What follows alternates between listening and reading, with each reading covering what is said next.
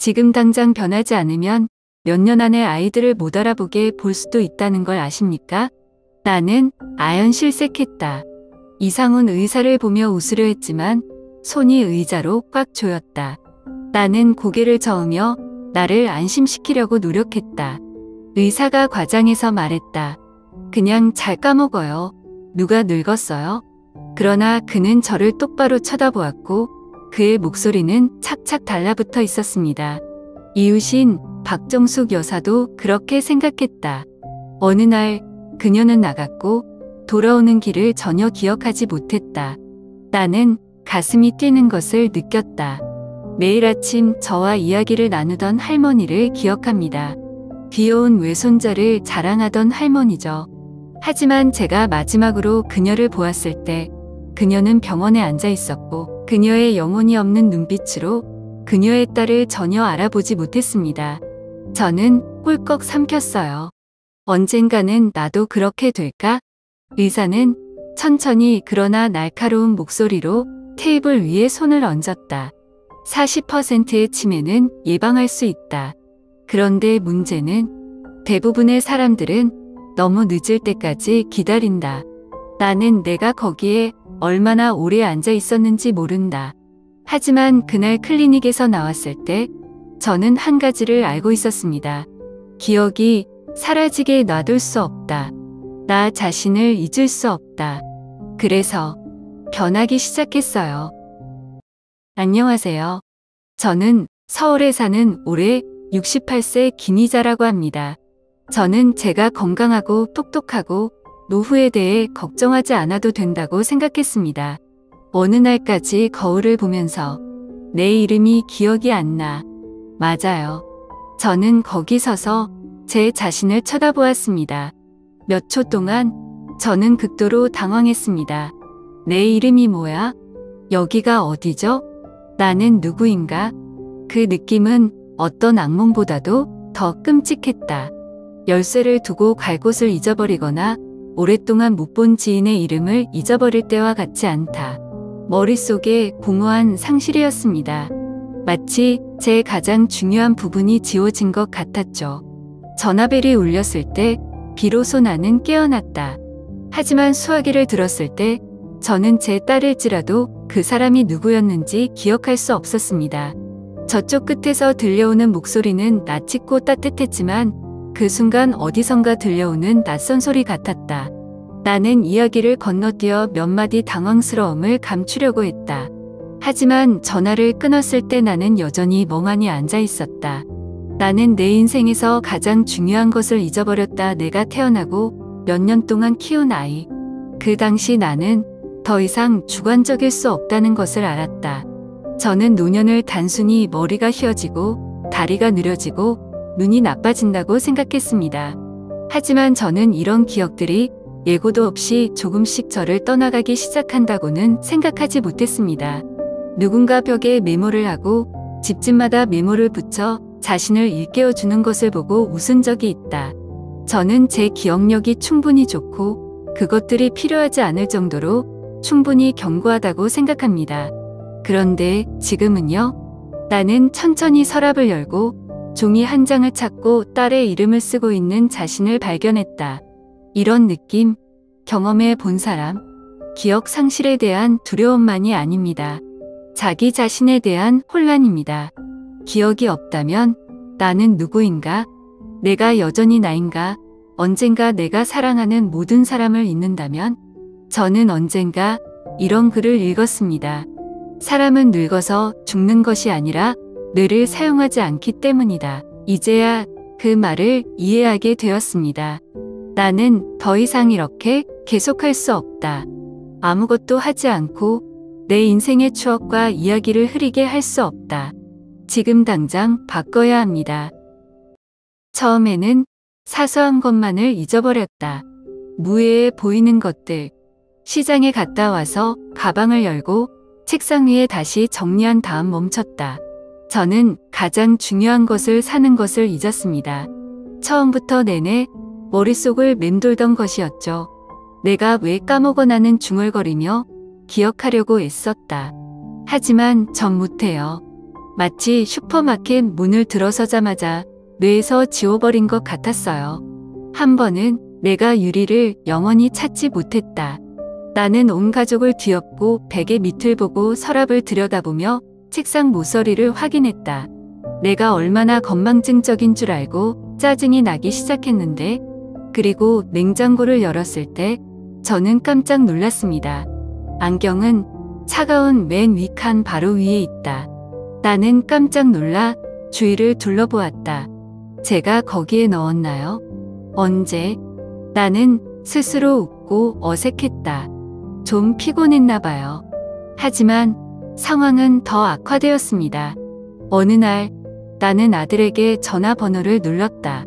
나는 30년 넘게 암기하고 있는 그것의 모든 숫자를 잘 기억한다. 하지만 그날 저는 마지막 숫자를 눌렀다가 멈췄습니다. 나는 머리가 멍해졌다.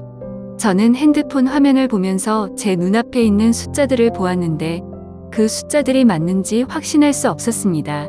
다시 한번 상기해보지만 모든 노력은 헛수고였다. 왜 이러지 나는 중얼거리며 심장이 더 빨리 뛰었다. 그러던 어느 날 저는 제 집 전체를 태울 뻔했습니다.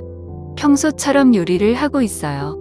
냄비를 스토브에 올려놓고 팬에 기름을 두른 다음 향신료를 가지러 몸을 돌린다.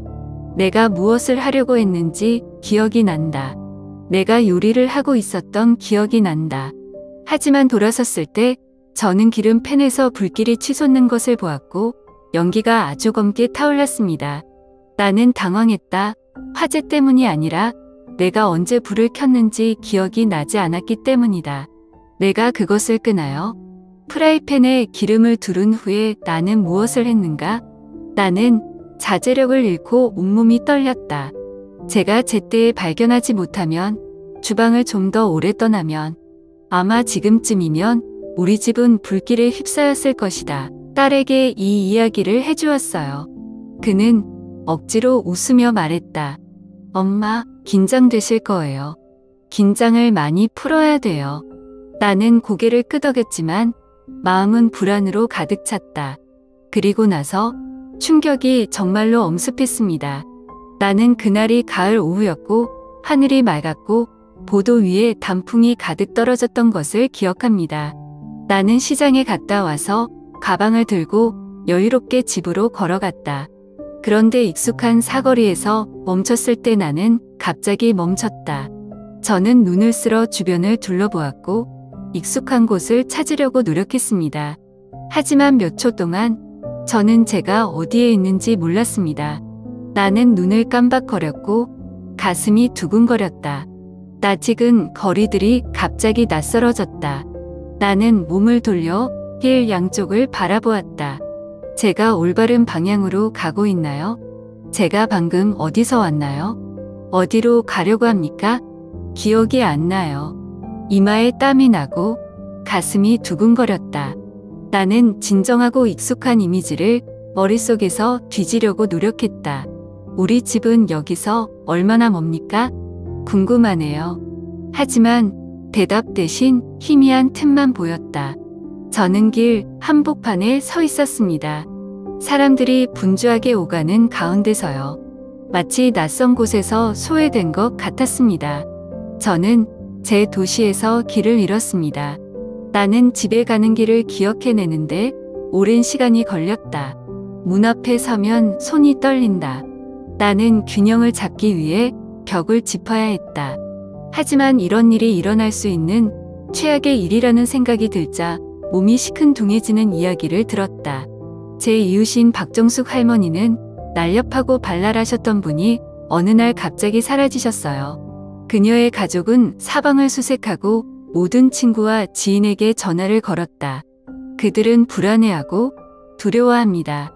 그녀는 단지 물건을 사러 나갔을 뿐 결코 돌아오지 않았다. 경찰은 6시간 후 집에서 거의 10km 떨어진 지역에서 그녀를 발견했다. 발견되었을 때 박 여사는 당황한 눈빛으로 당황했다. 그녀는 자신이 어떻게 갔는지 기억하지 못했다. 내가 왜 이렇게 멀리 왔는지 기억이 안 나. 집이 어딘지 기억이 안 나요. 그 이야기를 들었을 때 누군가가 방금 내 몸에 찬물을 끼얹은 것 같았다. 누구에게나 일어날 수 있는 일입니다. 저까지 포함해서요. 난생 처음으로 나는 정말 무서웠다. 기억력이 나빠져서가 아니라 언제 완전히 없어질지 모르기 때문이다. 제가 어떻게 해야 하죠? 나는 진찰을 받기로 결정했다. 더 이상 핑계는 없어요. 모두가 그렇겠지라고 스스로를 안심시키는 것은 불가능합니다.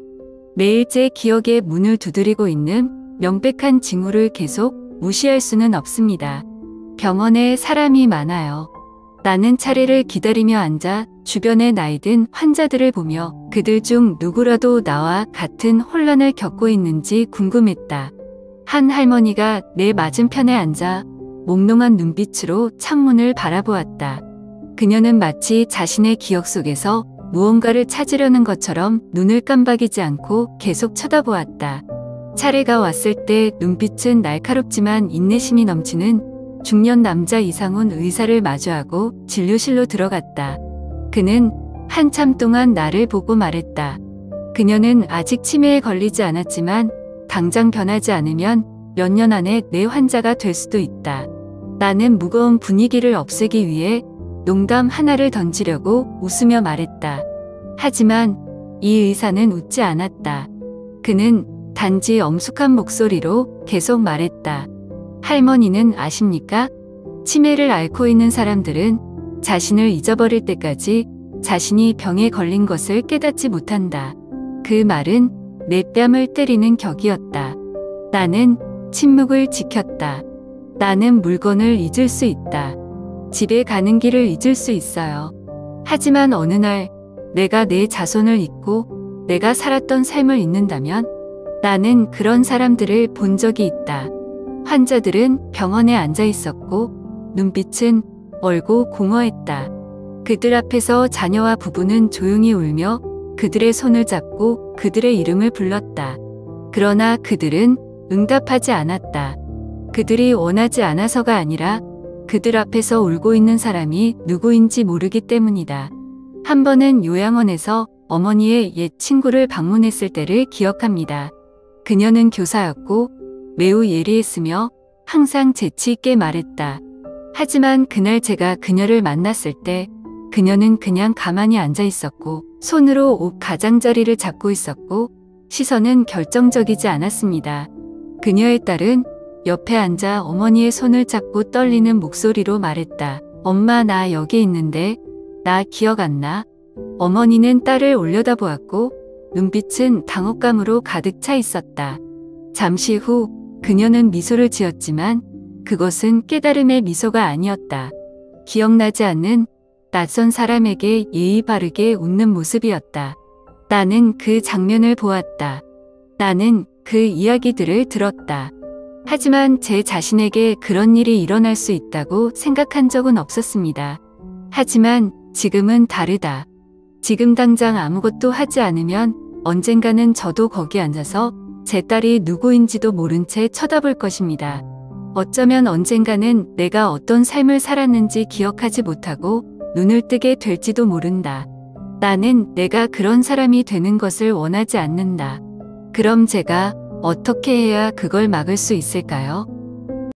의사가 한 말을 듣고 나는 여전히 머리가 어지러웠다. 나는 냉장고 문을 열고 안에 있는 음식들을 들여다보았다. 전부 가공식품, 과자, 청량음료, 식은 고기, 패스트푸드. 몇 년 동안 아무 생각 없이 먹어왔던 것들. 저는 손을 뻗어 음식 상자를 들고 포장지에 인쇄된 재료 목록을 보았습니다. 설탕, 기름, 방부제, 그리고 누군가가 제게 더 건강한 음식을 권할 때마다 귀에 쏙쏙 박히곤 했던 것들이죠. 나는 의사가 말한 것을 기억한다. 기억력이 떨어진 것은 단지 나이 때문이라고 생각하십니까? 아니요. 할머니가 매일 드시는 음식 때문에. 나는 손을 꼭 쥐었다. 그런 다음 나는 냉장고 문을 활짝 열고 모든 것을 하나씩 가져다가 거의 다 버렸다. 나는 더 이상 나 자신을 독살할 수 없다. 변화가 필요해요. 지금 이 순간. 나는 신발을 갈아 신고 편안한 옷을 입고 집을 나섰다. 얼마나 오래 걸었습니까? 그냥 분위기를 즐기기 위해서 밖에 나가지 말고 꼭 해야 할 일이 아니라 나는 걷기 시작했다. 첫걸음은 가벼웠지만 5분 만에 다리가 무거워지기 시작했다. 나는 호흡이 급해요. 마치 몇백 미터밖에 안 되는 거리를 달려온 것 같은 피곤함이 밀려왔습니다. 나는 멈춰서서 손을 무릎에 대고 숨을 내쉬었다. 어림없어요. 내가 이렇게 약해? 나는 주위를 둘러보았다. 나보다 몇 살 위인 할머니가 지나가며 몸매는 작지만 걸음걸이는 든든하다. 그녀는 나를 보고 미소를 지었다. 오랜만에 처음으로 걸어요? 힘내요. 다들 어디선가 시작해요. 나는 놀라서 할머니를 따라 웃음을 터뜨렸다. 나는 고개를 끄덕이고 똑바로 일어섰다. 멈추지 않습니다. 다음 날 나는 다시 집을 나섰다. 그리고 다음 날 처음에는 그냥 걸어 다녔어요. 조금씩. 일주일 후에 나는 너무 피곤하지 않게 15분 동안 계속 갈 수 있었다. 한 달 후 저는 하루에 30분씩 증가했습니다. 저는 제가 여전히 제 자신을 통제할 수 있다고 느끼기 시작했습니다. 저는 거기서 멈추지 않아요. 나는 조금씩 변하기 시작했다. 나는 매일 운동을 한다. 처음에는 그냥 걷기만 했다. 느린 발걸음, 무거운 숨결, 몸이 오래된 기계처럼 오랫동안 작동하지 않는 느낌이다. 5분 정도 걸을 때마다 무릎이 아프고 등이 쑤시고 숨이 차기 시작했다. 하지만 멈추지 않았습니다. 나는 스스로에게 말했다. 너무 오랫동안 자신을 지체하게 내버려 두었다. 이러면 안 돼. 첫째 날, 나는 걸어서 5분 거리에 있었다. 둘째 날, 1분 더 힘을 냈습니다. 10분, 15분. 점차적으로 나는 예전처럼 너무 빨리 지치는 것을 느끼지 않는다. 일주일 정도 지나자 간단한 동작 몇 가지를 더하기 시작했다. 저는 공원에 서서 단체로 운동하는 다른 노인들을 보았습니다. 그들은 손을 뻗고 몸을 돌리고 스트레칭을 하며 매우 유연하고 활기차게 보입니다. 나는 멀리서 지켜보고 있다가 소심하게 따라 해보았다. 나는 매일 아침 스트레칭을 한다. 처음엔 허리를 굽혀 무릎을 만질 수 없었고 허리는 계속 팽팽했다. 저는 매일 조금씩 더 노력해요. 둘째 주까지 나는 더 쉽게 몸을 구부릴 수 있었고 몸도 예전처럼 아프지 않았다. 그런 다음 가볍게 스쿼트를 해보았다. 처음엔 중심을 잡지 못하고 무릎이 떨렸지만 포기하지 않았다. 나는 의자에 기대어 조금씩 연습을 했다. 어느 날 저는 제가 아무것도 매달리지 않고 앉아서 일어설 수 있었다는 것을 깨달았습니다. 나는 뇌를 자극하는데 도움이 되는 운동들에 대해 더 많이 배웠다. 오른손이 왼쪽 무릎과 반대쪽 무릎에 닿는 손과 발과 닿는 동작을 연습해 뇌를 더욱 유연하게 만든다. 처음에는 손발이 제 마음대로 되지 않아 천천히 했다. 하지만 점점 더 빠르게, 더 부드럽게 만들었습니다. 한 달 후, 저는 뚜렷한 변화를 느꼈습니다. 나는 더 이상 걸을 때 피곤함을 느끼지 않고 다리가 더 강하고 호흡이 더 규칙적이다. 아침에 일어났을 때 나는 더 이상 지속적인 통증이 없었다. 나는 내 몸이 부활했다고 느꼈다. 가장 중요한 것은 제 자신을 되찾고 있다는 것입니다. 저는 운동이 단순히 몸을 낫게 하는 것만이 아니라는 것을 깨달았습니다. 이것은 제가 아직도 이 삶을 통제할 수 있다고 스스로에게 말하는 방식입니다. 그래서 저는 계속했습니다. 하루하루 식단 조절을 해요. 저는 갑작스런 변화가 아니라 매일 작고 일관된 결정을 내리면서 식단을 조절합니다.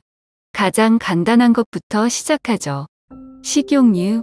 나는 슈퍼마켓의 카운터 앞에 서서 내가 수십 년 동안 사오던 식용유 병들을 바라보았다. 기름에 튀긴 시절, 향기롭지만 기름진 음식을 좋아했던 기억이 난다. 하지만 이번엔 더 이상 손을 뻗지 않았습니다. 나는 올리브유 한 병을 들고 라벨을 자세히 읽고 의사의 조언을 떠올렸다. 좋은 지방은 그녀의 뇌를 보호하는데 도움이 될 수 있습니다.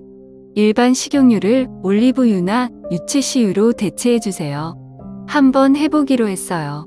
처음에는 올리브 오일이 익숙한 맛을 잃게 할까봐 걱정했다. 하지만 처음 야채를 볶았을 때 저는 향기가 매우 약하고 맛이 부드럽고 예전처럼 무겁지 않다는 것을 깨달았습니다. 내 몸도 식사 후 체하거나 소화불량이 없어지고 반응이 좋아진 것 같다. 그리고 나서 식사 중에 단백질의 원료를 바꿨습니다. 나는 일주일에 2번 생선을 먹기 시작했다. 예전에는 고기를 더 좋아했다. 밥 한 끼에 고기가 있어야 충분히 느낄 수 있다. 하지만 저는 생선의 이점에 대해 읽었습니다. 특히 오메가3이 풍부한 생선들, 예를 들어 연어, 고등어, 정어리 같은 것들은 제가 거의 손대지 않은 것들입니다. 구운 연어를 처음 만들어 본 날, 나는 약간 서툴렀지만 처음 한 입 베어 물었을 때 부드럽고 기름진 맛이 느껴졌지만 전혀 질리지 않았다. 나는 왜 지금까지 생선을 더 많이 먹지 않았을까 하고 놀랐다. 거기서 그치지 않고 매일 식사에 견과류를 첨가하기 시작했다. 예전에는 견과류를 간식으로만 생각했지만 지금은 그것이 뇌에 훌륭한 영양소라는 것을 알고 있습니다. 아몬드, 호두, 나누기 씨앗 매일 조금씩 요구르트에 섞거나 샐러드와 함께 먹는다. 나는 딸이 처음 방문했을 때 평소처럼 과자 대신 호두를 홀짝홀짝 마시고 있는 나를 보았던 것을 기억한다. 엄마는 다이어트 중? 나는 웃으며 고개를 저었다. 아니요. 엄마는 그냥 더 잘 먹는 법을 배우고 있어요. 설탕과 가공식품도 제한했다. 나는 물건을 살 때마다 라벨을 꼼꼼히 읽기 시작했다. 저는 빵, 소스, 심지어 건강해 보이는 음식까지 거의 모든 것에 설탕이 들어있는 것을 보고 놀랐습니다. 나는 백설탕을 꿀이나 반설탕으로 갈아서 일상의 식단에서 단 것을 줄인다. 처음 며칠 동안은 내 몸이 격렬하게 반응했다. 나는 너무 단 것이 땡기는데 옆에 케이크나 밀크티 한 잔이 없을 때 부족함을 느낀다. 그러나 일주일 만에 욕구가 줄어들었다. 설탕을 적게 먹을수록 머리가 맑아지고 가벼워진다는 것을 깨달았다. 제 식단은 조금씩 변해요. 나는 다이어트를 하지 않고 극단적으로 금식하지 않는다. 저는 단지 제 몸과 뇌에 더 좋은 것을 선택했을 뿐입니다. 그리고 저는 차이를 느끼기 시작했습니다. 아침에 일어났을 때 나는 더 이상 나른함을 느끼지 않았다. 나는 더 이상 갑작스런 두통이 없다. 나는 식사 후에 더 이상 무거운 느낌이 들지 않는다. 가장 중요한 것은 시간이 지남에 따라 서서히 약해지게 놔두는 대신 나는 내 몸을 지배하고 있다고 느낀다. 저는 나이를 바꿀 수는 없지만 제 자신을 대하는 방식을 바꿀 수는 있어요. 그리고 저는 해냈습니다. 나는 사회적 소통을 유지한다. 저는 단지 시간을 보내기 위해서가 아니라 나이가 들수록 우리는 더 쉽게 외로움에 빠지고 외로움은 마음의 적이라는 것을 이해하기 때문에 사회적 소통을 지속합니다. 예전에는 집에 있거나 TV를 보거나 휴대폰을 보는 것만으로도 충분하다고 생각했다. 하지만 나는 점점 내가 말수가 적고 다른 사람들과 소통이 적다는 것을 깨달았다. 대화는 점점 짧아지고 심지어 하루 종일 이웃 여자에게 급하게 인사하는 것 외에는 아무에게도 말하지 않을 때도 있다.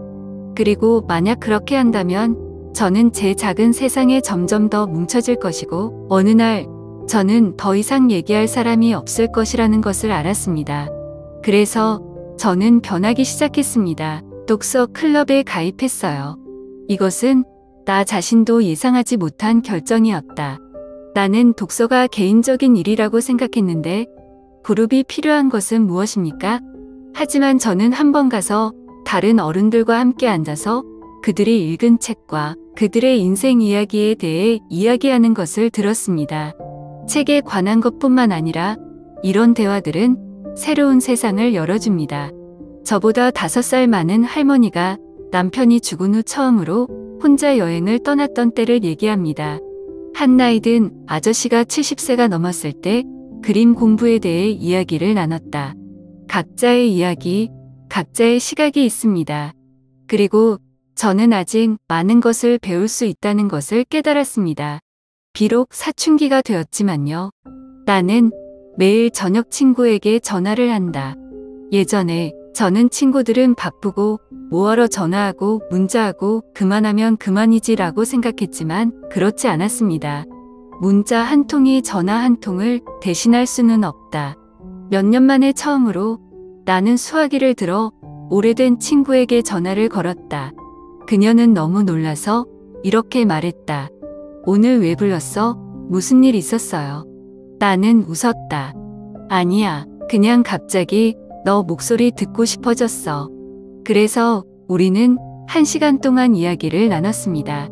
아이들 이야기, 옛날 이야기, 우리가 좋아했던 영화 이야기. 나는 이런 대화들이 나를 젊게 만든다는 것을 깨달았다. 나는 문자만 하는 것보다 친척들을 더 많이 만난다. 이전에는 딸에게 문자를 보내는데 익숙했습니다. 엄마는 잘 지내니? 잘 지내요. 안심하고 일하세요. 그냥 짧고 무표정한 메시지. 하지만 지금은 제가 직접 저녁 먹으러 그를 부르거나 그의 집을 방문했습니다. 몇 년 만에 처음으로 저는 딸과 전화기가 아닌 대화를 나누고자 앉았습니다. 나는 일에 대해 이야기할 때 그의 눈빛이 밝아지는 것을 보았고, 나는 조카가 학교에 대해 물었을 때 그의 바삭바삭한 웃음소리를 들었다. 그리고 저는 문자 메시지보다 존재감이 더 중요하다는 것을 깨달았습니다. 사회적 소통을 유지하는 것이 외로움을 덜어줄 뿐만 아니라 그것은 제가 사랑하는 사람들과 세상과 연결되도록 도와줍니다. 가장 중요한 것은 그것이 나 자신을 지탱하는 데 도움이 되었다. 나는 잠을 중시한다. 저는 잠에 초점을 맞췄습니다. 왜냐하면 저는 잠은 뇌가 회복되고 재생되고 시간이 지남에 따라 기억력이 손상되지 않도록 돕는다는 것을 깨달았기 때문입니다. 예전에는 자기 전에 핸드폰을 보는 습관이 있었어요. 뉴스를 검색하고 잡동사니 기사를 읽고 때로는 인터넷에서 짧은 비디오를 보기도 합니다. 나는 그것이 심각한 영향을 끼친다고 생각하지 않지만 그때마다 나는 잠을 잘 수 없고 뒤척이고 깊은 잠을 잘 수 없다는 것을 알게 된다. 의사는 나에게 다음과 같이 말한 적이 있다. 핸드폰의 푸른빛은 그녀가 잠을 잘 수 있도록 돕는 호르몬인 멜라토닌을 억제할 것입니다. 그렇게 계속하면 뇌는 점점 지치고 기억력은 더 빨리 떨어질 것입니다. 그 말이 자꾸 나를 괴롭힌다.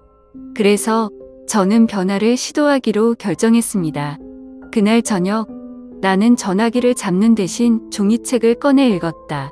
나는 너무 긴장하지 않고 가벼운 책을 골랐다. 처음에는 여전히 손이 약간 근질근질하고 전화기를 들고 싶었지만 그 다음에는 깊은 숨을 들이쉬며 스스로에게 아니 새로운 습관을 들여야겠어 라고 말했다. 불과 30분 후 제 눈은 다시 불룩해졌고 제 머리는 훨씬 더 편안해졌습니다. 저는 책을 내려놓고 불을 끄고 나서 제가 이렇게 쉽게 잠들 수 있다는 것을 처음 깨달았습니다. 나는 정시의 수면을 유지하고 더 조용한 공간을 만든다. 예전에는 잠을 잘 때도 없이 잤어요. 어떤 날은 밤 10시에 침대에 눕고 어떤 날은 좋은 영화를 보느라 새벽 1-2시까지 깨어 있었다. 하지만 늦게 잘수록 다음 날 아침에 더 피곤하고 머리가 둔해지고 기억력이 현저히 나빠진다는 것을 깨달았습니다. 그래서 저는 한 가지 원칙을 세웠습니다. 밤 10시 정각에 잠자리에 들죠. 늦지 않게요. 잠자는 공간도 바꿨어요. 나는 바깥의 빛을 차단하기 위해 더 두꺼운 커튼을 샀고 더 부드러운 새 담요로 갈아 끼우고 자기 전에 방에 있는 모든 전자장치를 껐다. 일주일 만에 저는 그 차이를 깨달았습니다. 나는 더 이상 한밤중에 일어나지 않고 더 이상 자고 일어나도 여전히 피곤하다.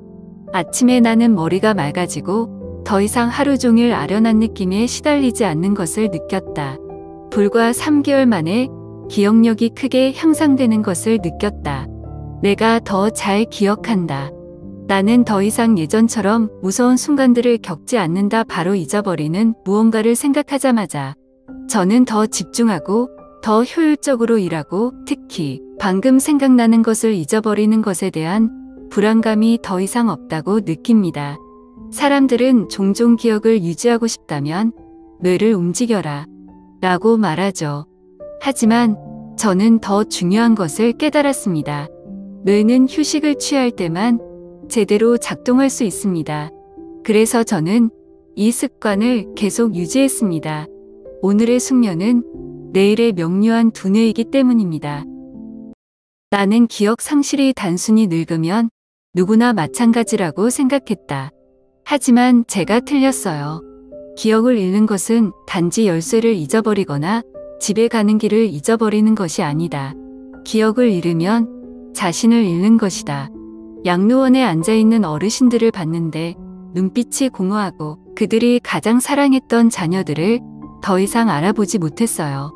나는 어머니, 아버지들이 조용히 자손을 바라보는 것을 보았지만 그들의 마음속에는 그 낯익은 얼굴들이 낯선 사람들일 뿐이었다.